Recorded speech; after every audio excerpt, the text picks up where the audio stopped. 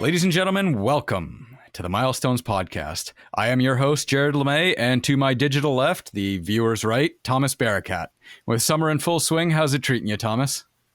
Well, Jared, since the last podcast, I'm double vaxxed. I got a haircut, and I'm going on a staycation type road trip next week. So as good as it's going to get.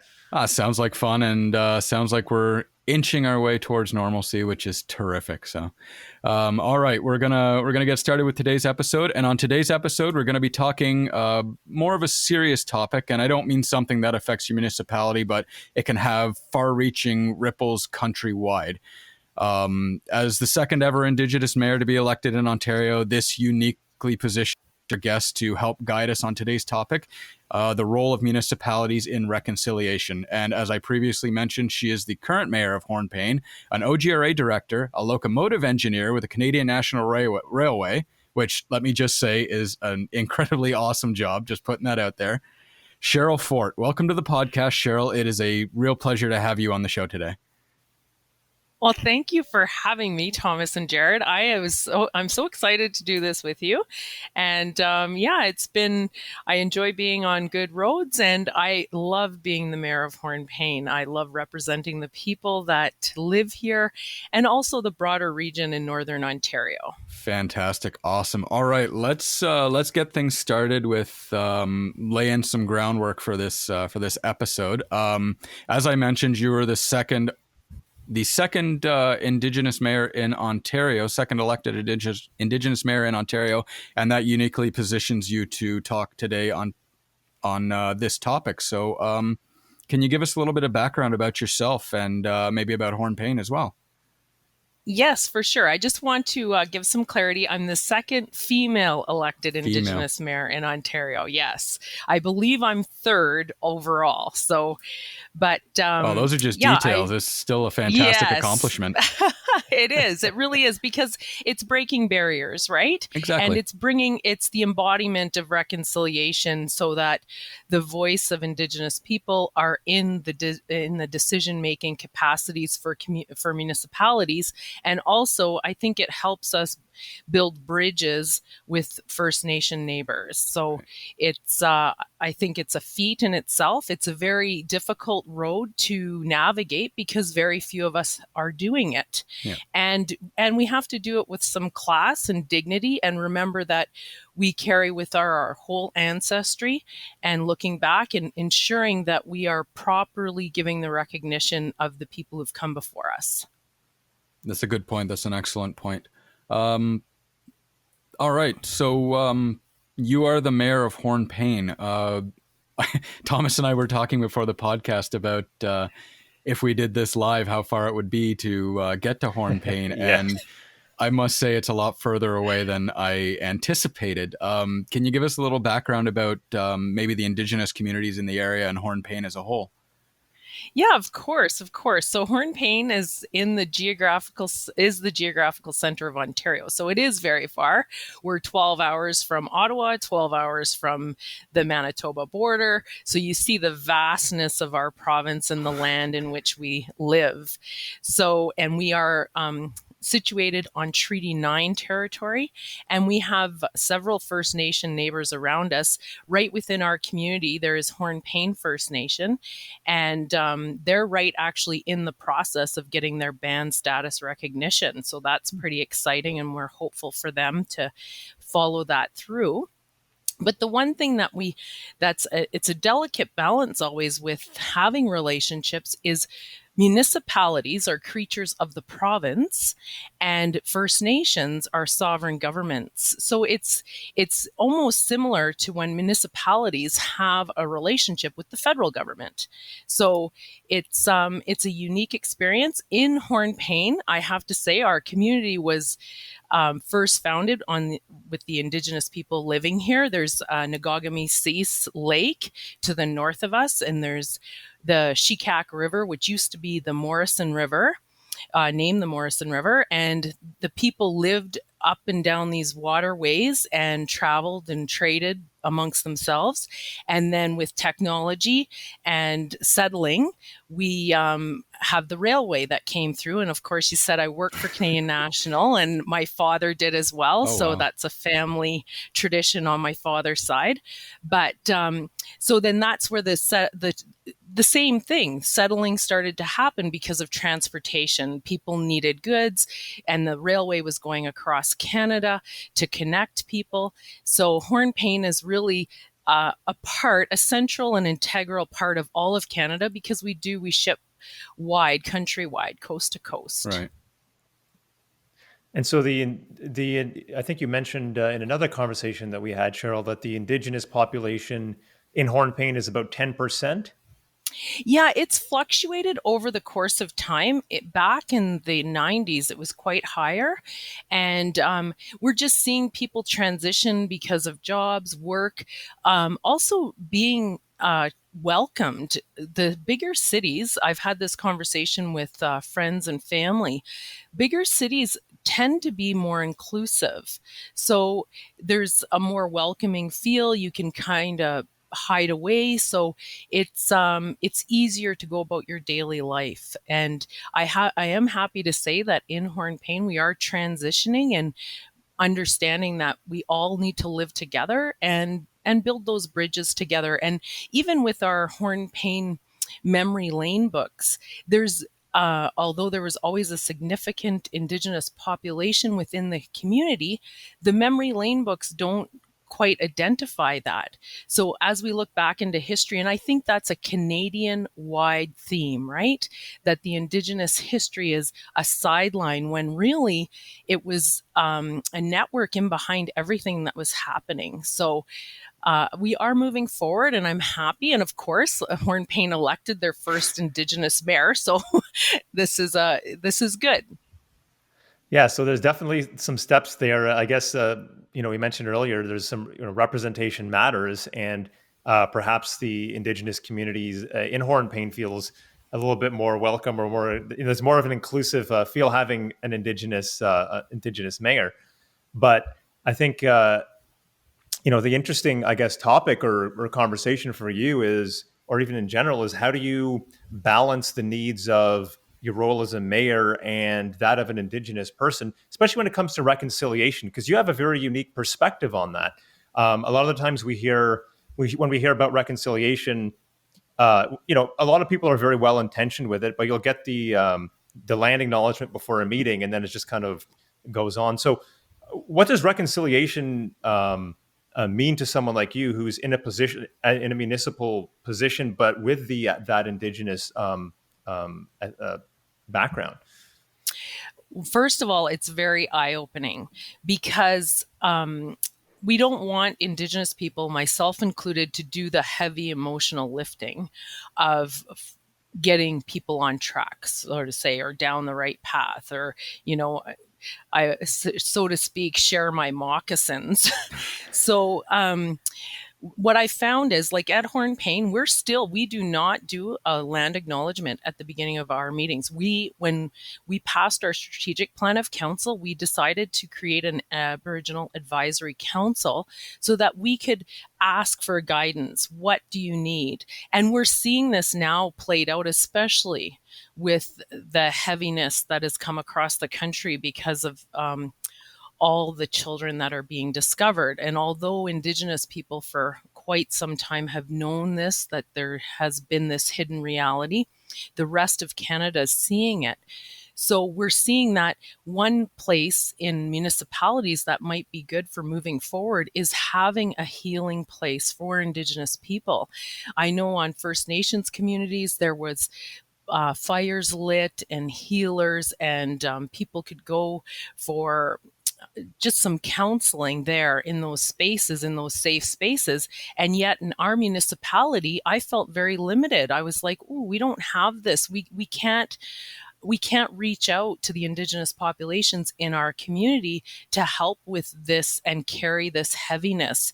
So as we move forward, and really when we think about Canadian society, like I've traveled in Europe, and we're a gentle people. People love us around the world, and we need to really look at ourselves as Canadians.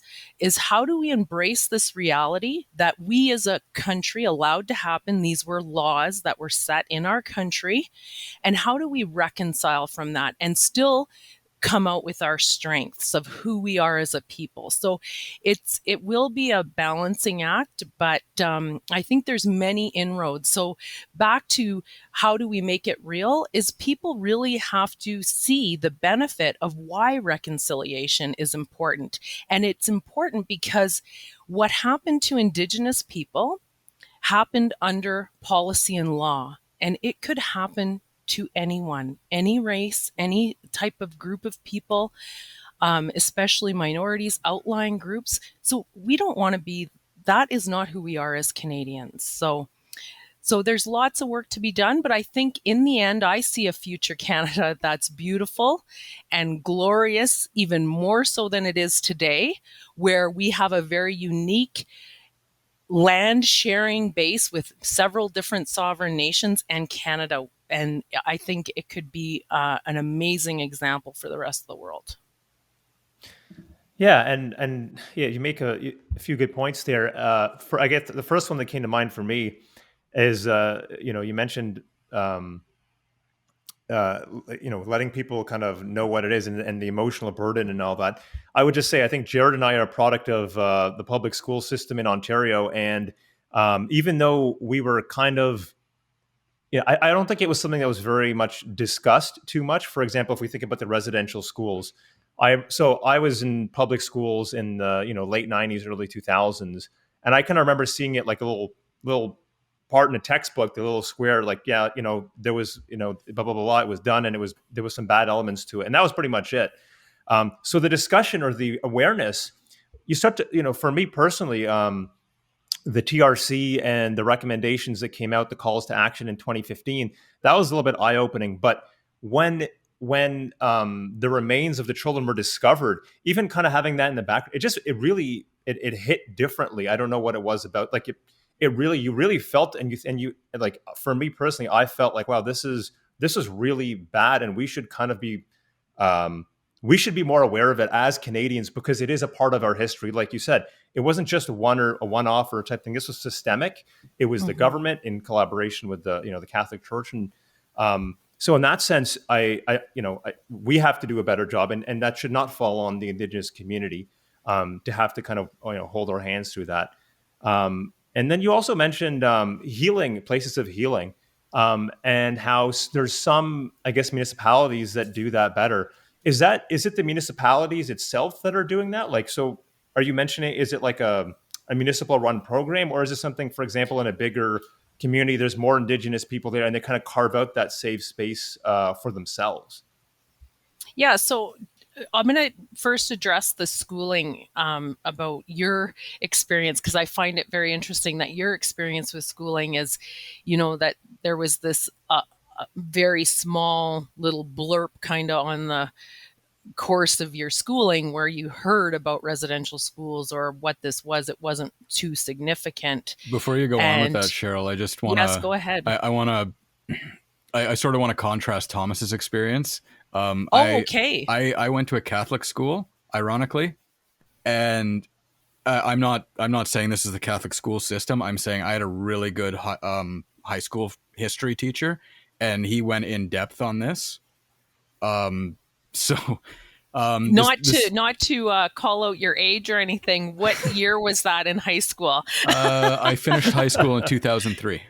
Okay, yeah. Good stuff. Yes. So yeah, no, I mean, again, like Thomas said, the textbook probably a page and a half, but we had a fantastic history teacher. He was great, actually one of my favorite teachers in all of school, and he brought a lot of this forward and explained that what happened and why it was wrong and all of this.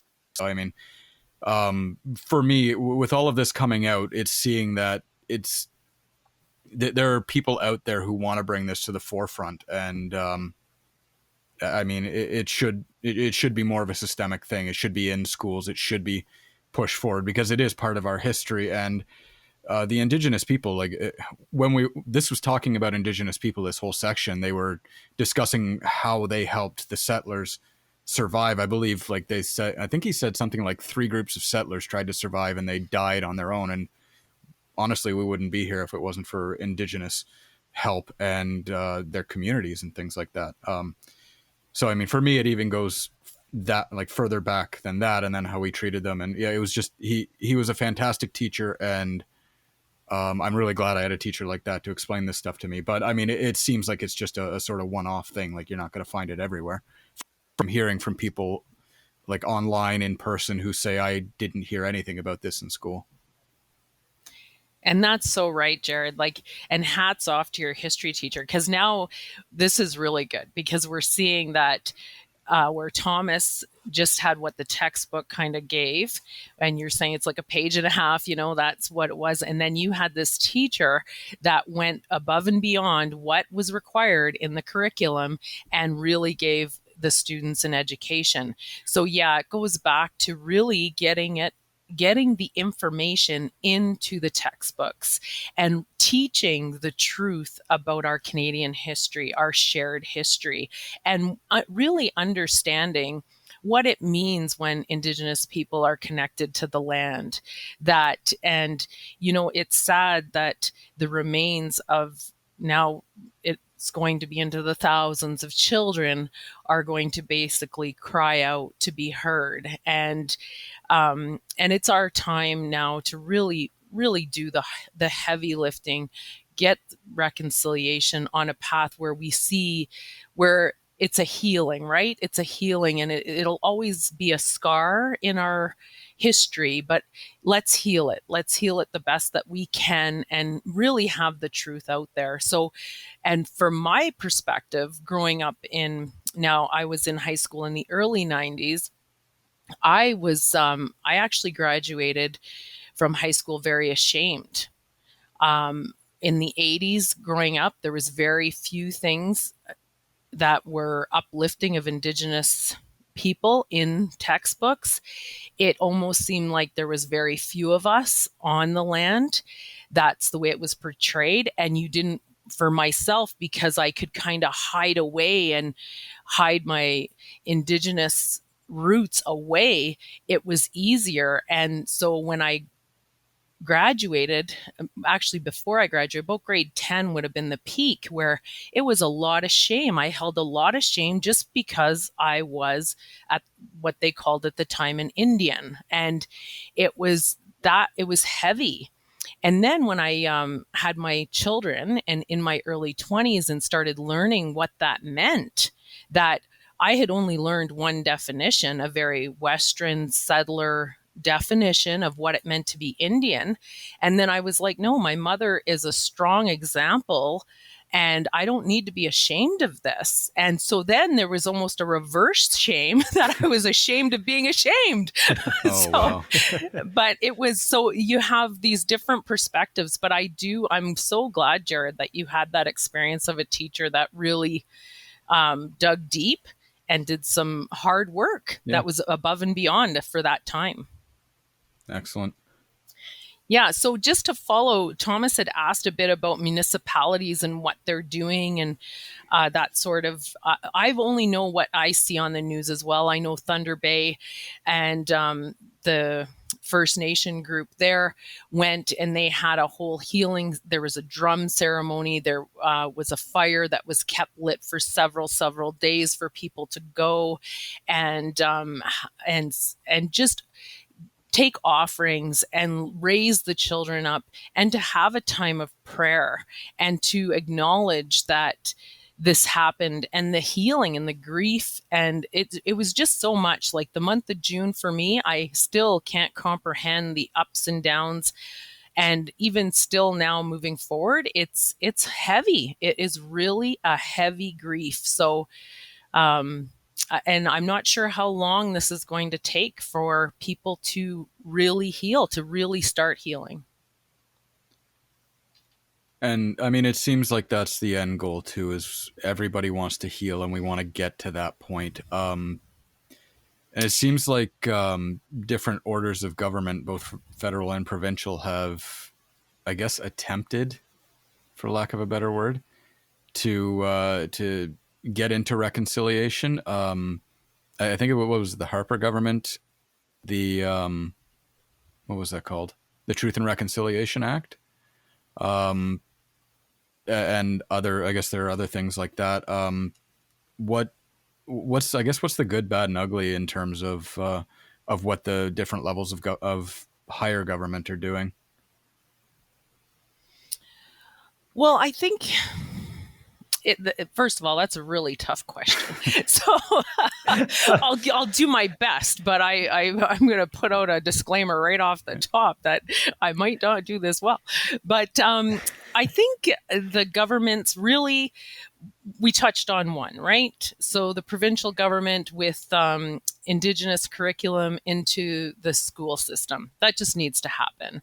Right. Some safe spaces within municipal governments, within communities for Indigenous people.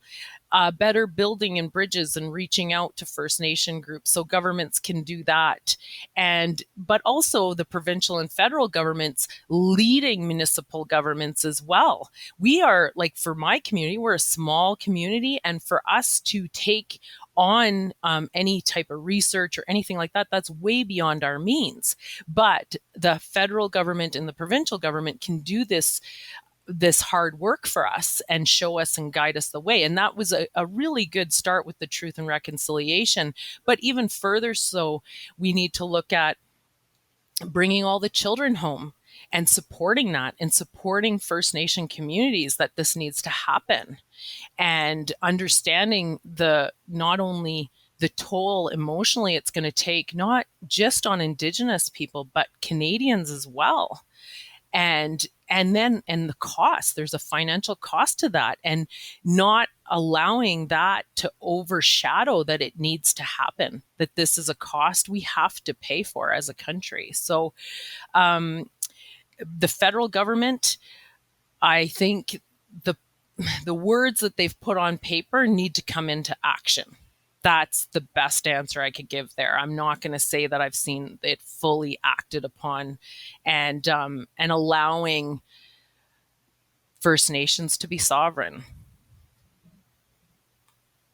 Yeah, and I know that I think candidate Justin Trudeau had committed to implementing all the calls to action from the TRC. I don't believe that they've come that far just yet. And it's not an easy process, and I think it's something that's going to take time.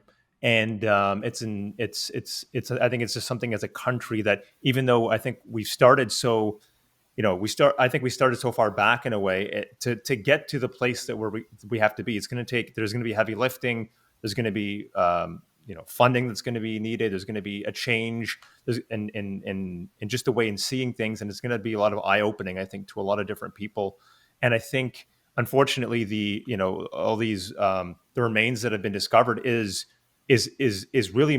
creating this consciousness, I think, amongst the Canadian public who maybe are not, they just aren't maybe not aware. Not that they don't care, but they've never really thought about it in those terms.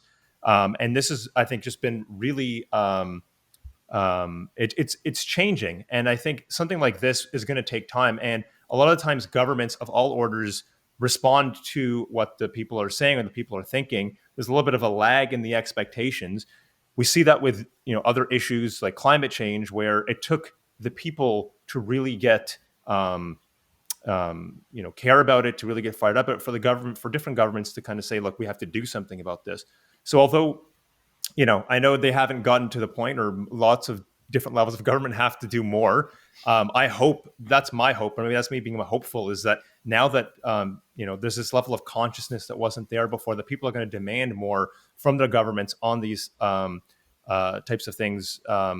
Especially now, we know there's we don't know, but we're anticipating a federal election coming, later this summer and in the fall. And then there's a provincial election we know that one for sure, in June.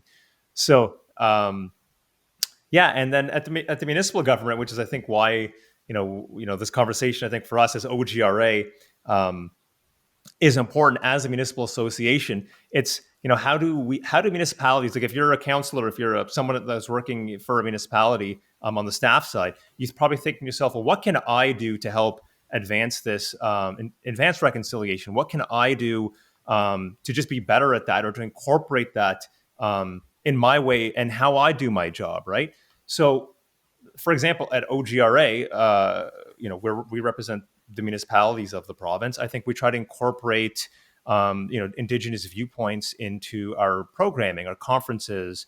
And it doesn't just mean having someone here and saying, okay, well, this is what we think. It's applying that lens to different issues, right? So it's not an easy thing to do. And, there's a lot of, I think, work that needs to be done. But I guess, Cheryl, to ask you, as a mayor and as someone from an Indigenous background, is there a municipality that you see that you say, you know what, I like the way, I think that they're doing a really good job in their reconciliation efforts? Is there one that you would say, like, that's a good example, and maybe others should kind of use that as an example? Or do we all? There's still some ways to go for most of them. Yeah, I'd have to say that has actually been the more eye-opening for me sitting as a mayor, is that it's almost, there are some examples of some good items happening, but it's almost like a stumbling in the dark, and don't want to upset people, don't want to say the wrong thing. Like, what do we do? And how do we get there? And what does it even mean? And I think, let's go staff to council to mayors to bigger groups.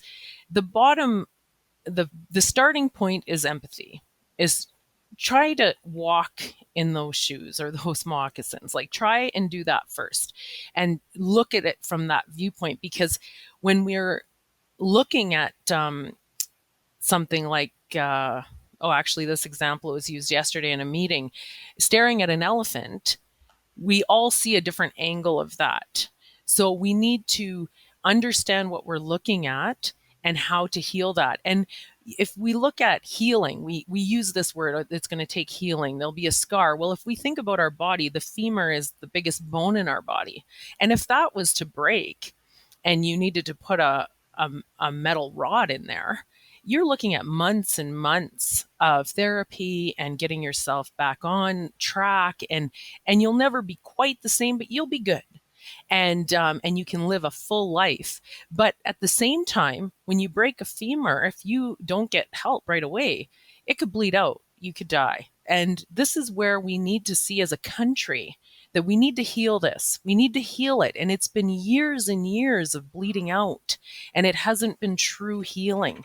So let's build together, and we're going to do it. We're going to do it wrong. We're going to mess up, but we can't wait to figure out how to do it perfect, because that's not going to help.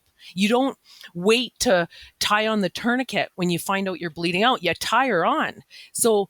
And stumble. And I think that mutually between First Nation groups, societies, and communities, if we do this and reach out and say, you know what, we want to build better communities and get along better, and we want to see, all of us want to see racism end, like that. It's horrific. Just the people suffering for no reason. And so we want to see this, both in First Nations peoples and Canadians. We know this. So let's find out our paths where we mutually agree, and then move from there. And you know what? It comes back to is looking honestly at a history. And it's hard, because I know when I've talked to my non-Indigenous friends, you get this feeling of guilt, or this feeling of shame can come on you. Well, don't take that. Let's look at, okay, this was policy driven. We need to accept that this happened in our country, and it wasn't. And I will denounce right now, when you hear politicians talk about the good things that happened in residential school, I'm sorry. Read your history books. Read the policy that was passed at our federal government. It was a genocide, and it was an assimilation They wanted to actually, it says, kill the Indian in the child. So we need to just embrace that truth that this happened, and let's not let it can't happen again to any other society or any other cultural group. This can't happen. It's not right. No, definitely not. I 100% agree with everything you said. It's yeah, I mean it's just a warning to everybody else that this can happen. It has happened, and if we're not careful, it will happen again, and we don't want that. So, Cheryl, you mentioned, in a sense that, people try to kind of have a perfect approach to it rather than stumbling or making the mistake, that sort of thing. For in the municipal sector, and for example, I'll use OGRA as an example. We set up a diversity, equity, and inclusion committee, and that's kind of one way of, I guess, hearing different perspectives and bringing up different types of issues, and to see how we can incorporate that into our programming so that we can advance reconciliation. Is there anything that you're, in terms of making the mistake and taking the risk, or and perhaps not doing it right, is there anything that you would like to see tried that has not been tried enough, out of maybe that fear of not doing it right or of offending anyone? Or I think the biggest thing that I would see is that within meetings and committees and these types of structures that we form to try and resolve especially this type of issue, is people need to feel that it's a safe space, that place is safe. So when I say that, is that you got to be able to share what's on your gut. Even, and when I say gut, that inside, you're not really sharing it. You might not agree with what's being said.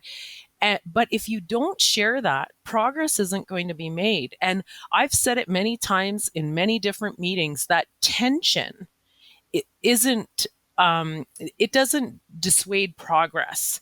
Tension is actually a good thing, because when you say, if you sharpen something, you use something abrasive to sharpen it. So sometimes we have this where people don't have maybe all the cards on the table, so to speak, and they might be angry or they might have some emotion there. I think that we need to create spaces that it's okay to share that, because both Indigenous people and non-Indigenous people are going to have different levels of anger or sadness or misunderstanding.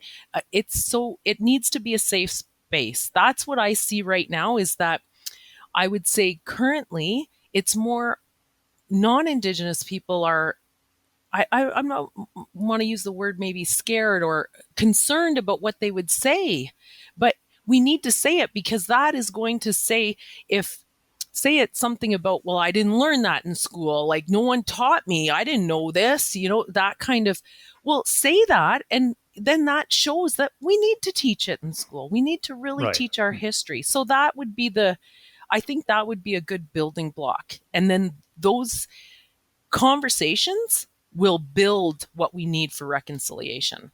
I like that line of thinking too, because it really, like, all like cards on the table with everybody, and everybody's on the same page. Like, if somebody's starting out from a place of misunderstanding and they're afraid of getting in trouble for saying whatever, they're not going to put out the questions they want to know to understand the situation properly, and then you get fear, and I guess like they say in Star Wars, anger leads to fear, fear leads to hatred, hatred leads to the dark side.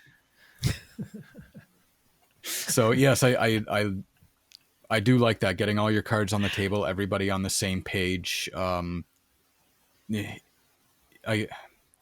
want to say, even if it's a little bit offensive because you don't quite understand the situation, but education, and like they say, sunlight's the best disinfectant. Like, education, teaching people what is wrong about this and why, gets everybody on the same page. And if you're all on the same page, you can go in the same direction, if that makes any sense. Yeah, I agree with that. Yeah.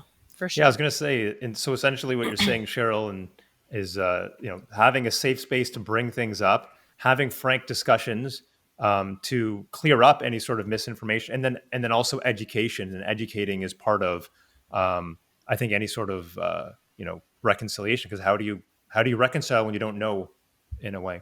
hmm um, and One yeah, one example I want to give of this, because I've heard this conversation in both non-Indigenous groups and Indigenous groups in my family, is terms.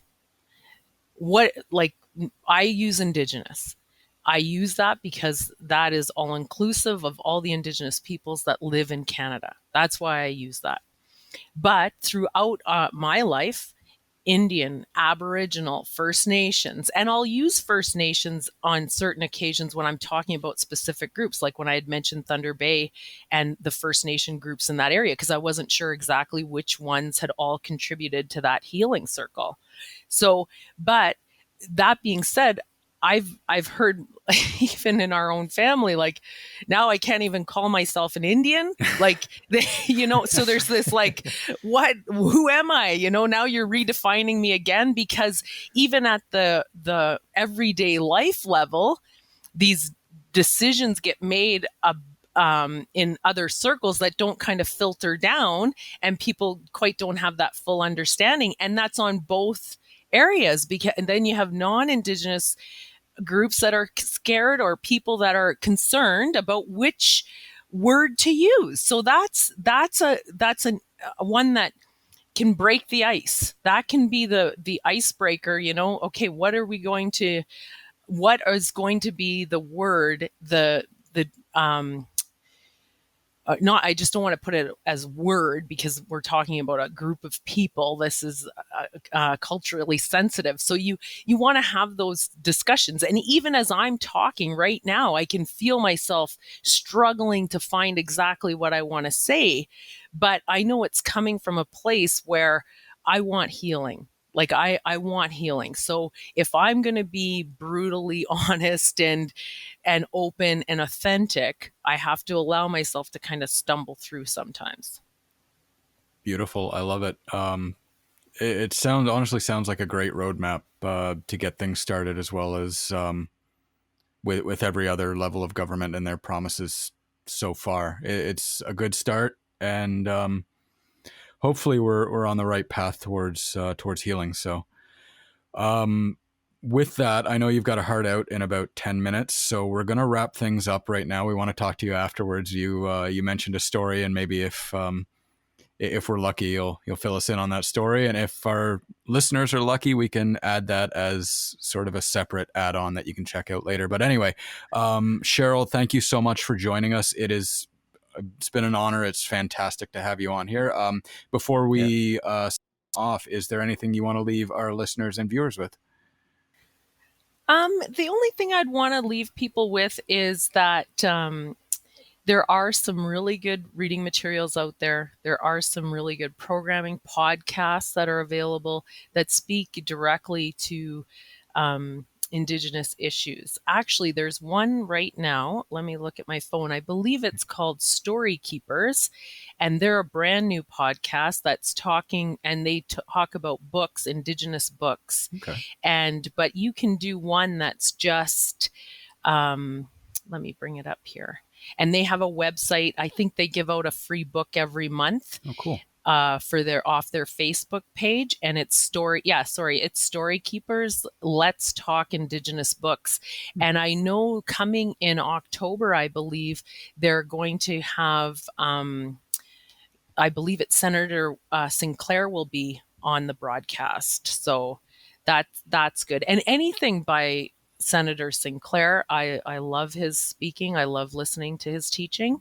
So those would be what I'd leave you with. Is there's some really good books out there, and Bob Joseph's book, 21 Things You May Not Know About the Indian Act, is a very good introductory book. So, but and then the last thing is, I don't ever want to transfer shame. Healing is going to be done by applying good, solid balm to the wound, and shame is no place for it. So let's look it straight in the face and own what happened and not take on shame. Excellent, powerful words. Yeah, send me those links. I'll put them in the show notes and down below in the YouTube comment, or below or above the YouTube comments and things like that. And we'll get there. So that will do it for this episode. Really strong, really powerful episode. I'm quite happy with it. Thomas, thanks for hanging out, dude. Yeah, and thanks again, Cheryl. We appreciate it. Yeah, awesome. All right, everybody. That does it for this episode. Thanks for joining us. If you have any questions, concerns, or questions for Cheryl, please give us a shout at podcast@ogra.org. We'll be happy to pass them on. Check out our fall education calendar, education list. We got some great courses open there. A lot of them are coming back in person, so we're moving towards opening everything up, and we're quite excited about that. Take a look at those. See what's good for you and what will be great for your career. Check us out on social media as usual, LinkedIn, Twitter, Facebook. Give us a shout there. Let us know what you think. And until next time, everybody, take it easy.